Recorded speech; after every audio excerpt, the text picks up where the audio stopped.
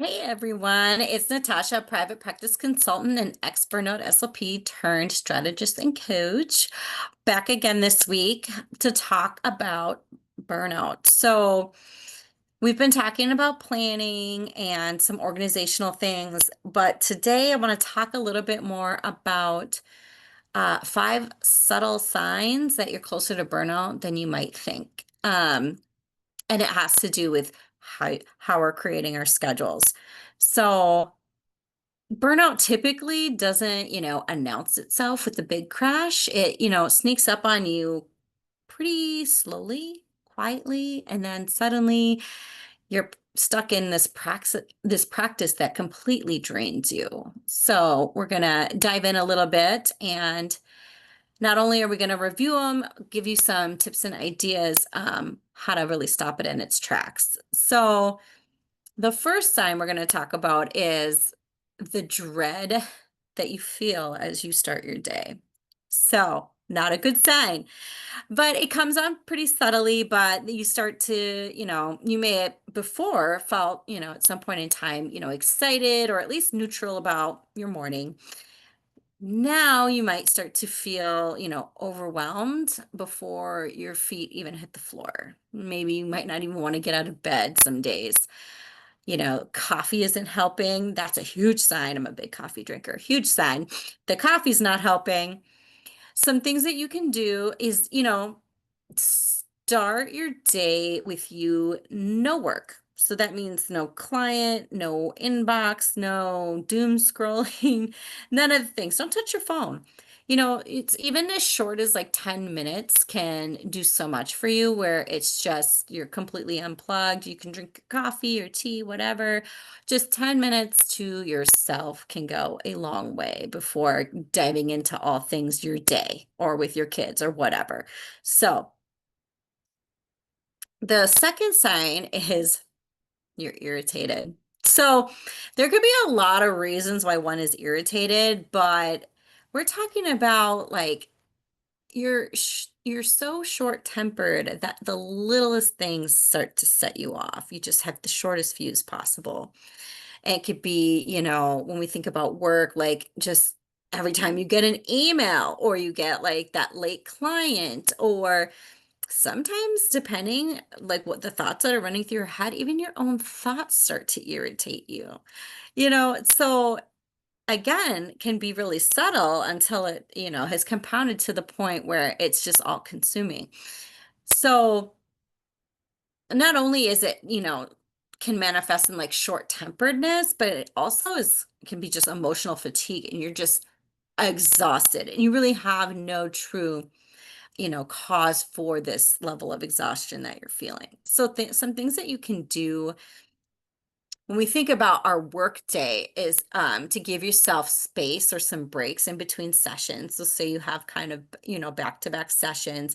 We've talked before about actually scheduling breaks. So this could be obviously lunch, breaks in between. So trying not to do back to back. And even if say you travel, like if you're doing home visits or whatever, and you're traveling between, give yourself some cushion time for in that travel period where you can just sit um and not be actively driving or doing anything, or if it's nice out and you feel so inclined, take a like exit said vehicle and go take like a 5-10 minute walk and just take an actual break.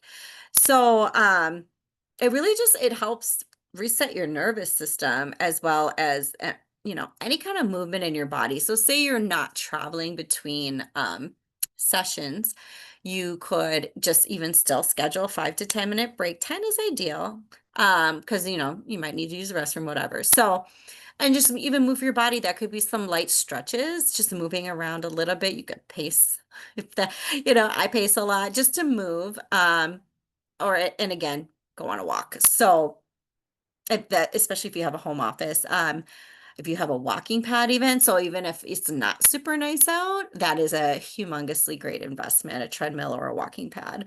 So another sign is indecision. So you're having a really hard time just making decisions in general. And this, when we think about this could be all over in your life, but again, specific to work, it's just like the simplest decisions, like, I don't know what to eat for lunch, or a snack. Like, I don't even know. Like, I can't even make this decision right now. So, what tasks to work on first? When should I schedule that client? Or it's your night to make dinner and you're like, I don't even, what do I even make for dinner? And it's just all of these things, like when you are so indecisive, that is just decision fatigue, right? It's just like I'm doing all these like CEO things in my business, and now I also have to make these decisions for everything else. And the absolute idea of doing all these things is exhausting, and you just can't decide. And you don't want to. So some things to do is have these decisions like pre-decided, pre-made. So like that being like with some of like the routine-based things, do them before. Like if it's planning and you're like, I don't know, like take that out of the equation. Plan the night before. Like if you're going to reprioritize tasks or block some time, do that the night before. So then the next day, all you have to do is look at what you decided you were going to do and just follow that. Then you don't have to think about it, right? It's already been decided. And if you've been doing all the things we've talked about, you've already pre-planned your week. So if anything, it's mostly done. You might just have to tweak a few things here and there for maybe things that are incomplete. Now, other things that you can do within the planning, again, is things we've talked about before, which is like time blocking, but then also batching similar tasks together, because the more similar the tasks are, the less likely your brain has to completely switch gears, because every time you switch to a different task, it can take, up to 15, 20 minutes for you to really be able to pay attention, is sustained attention to that task, because it's just our brains aren't wired that way to be able to just switch like that. As good as high performing as some of us are, it still takes time. And so the more closely related those things are, the better. And then again, what I like to encourage is planning for the next week on Fridays, if you opt to not work on the weekends, so really be able to truly unplug over the weekend. That's still a tip that I like to throw out there. And then, of course, like the last few times, we've talked a little bit about planning around your energy as well. So if you do all of those things, this will really, eliminate, if not at least diminish the burnout, depending on where you are in burnout spectrum. So another sign can also be everything feels like a chore. That kind of, I think, goes with like indecision too, but like it just everything seems like way bigger than it is, more time consuming than it is, and it just feels heavy. Um, in the spark, when we think about our business, is kind of fading, and it's not, doesn't light us up anymore. Do the opposite is what I would suggest to do, is figure out what does light you up, because things change. And if it's not directly work related, finding the activities that you do find joy in, whether it's, spending time, if you have children, with your kids or with your family, or, a task or an activity that maybe it was arts and crafts, maybe it was like adult coloring books. I love to color. Um, Whatever it is, do that. And it will help when you incorporate more things that you like to do. And when it comes to work, sometimes something as easy as simplifying, packages or services, and help streamline some of your offers is another option too. And again, eliminates extra tasks that you have to do on the back end, but also, streamlines, other processes like payments and other ways. So the last thing to look for or sign is, of course, that you start fantasizing about throwing your practice into a dumpster fire. So you imagine quitting. You just think, throw the towel in, I'm done, close up shop. Like if you start to think that way, that is another sign that maybe, you've approached burnout, or you're just, drowning in it. So you start to, you also are wondering, is this worth it? This is hard. I feel handcuffed to my practice. Like, what do I do? And, you're not a failure. You start to have those negative thoughts that creep in, and it's really a sign that your current structures are not sustainable. And that can be so many different pillars of your business. It could be from that planning and scheduling component. It can be from the processes and systems that you have in place. It can be all kinds of things. So it really is just those are the signs that like things need to be revisited, revamped, and streamlined.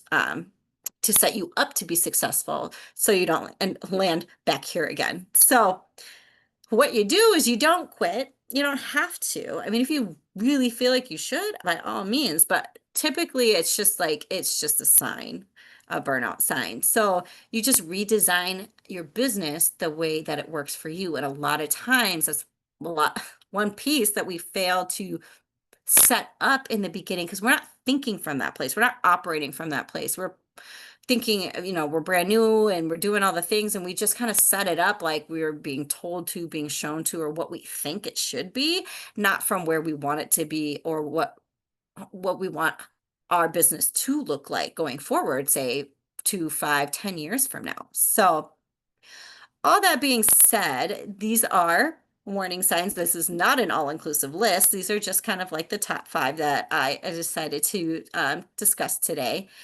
So you know, these start to creep up, especially when they start small and then you hit full blown burnout, and these can be exponentially worse. There can be, of course, other signs, and you might be like, screw it, and I'm done, and close up shop. So these are the signs, and just know that you don't have to wait till it gets this bad. There is one reason that I created the practice breakthrough assessment is to spot these issues and fix them before you get to this point, and derail everything that all the years and effort that you put into your practice. We can nail that down and remedy those ASAP. So you can DM me breakthrough, you can drop it in the comments. Or if you want to take it a step further and create your ideal schedule for the rest of the year with me, you can join me live with my Back to Balance live workshop, which is August 13th and 14th. That's a Wednesday and a Thursday. So if you're interested, send me a message and let me know, and I'll see you next time.